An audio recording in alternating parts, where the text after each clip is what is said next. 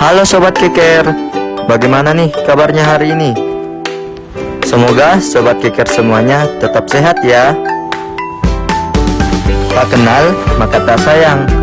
Jadi Sobat Keker, perkenalkan, saya Muhammad Asri Abdillah, akrab disapa Asri, dari SMA Hang Tua Makassar, akan menemani Sobat Keker pada video kali ini.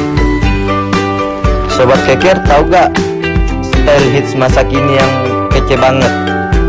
Jadi aku punya nih referensi untuk style masa kini yang kece banget buat Sobat Keker semuanya. Bagaimana sih style masa kini yang kece banget itu? Yang pertama, Sobat Keker bisa padankan celana berwarna pastel dengan baju kaos oblong yang berwarna gelap ataupun berwarna terang. Yang kedua, Sobat Keker bisa padankan celana tartan kotak-kotak berwarna gelap dengan baju kaos oblong yang berwarna terang ataupun berwarna netral.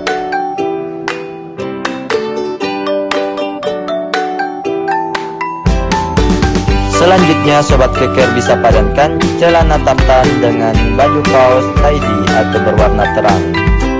Nah, selanjutnya nih, kesukaan aku banget, paling kece, baju kaos hitam dengan celana tartan.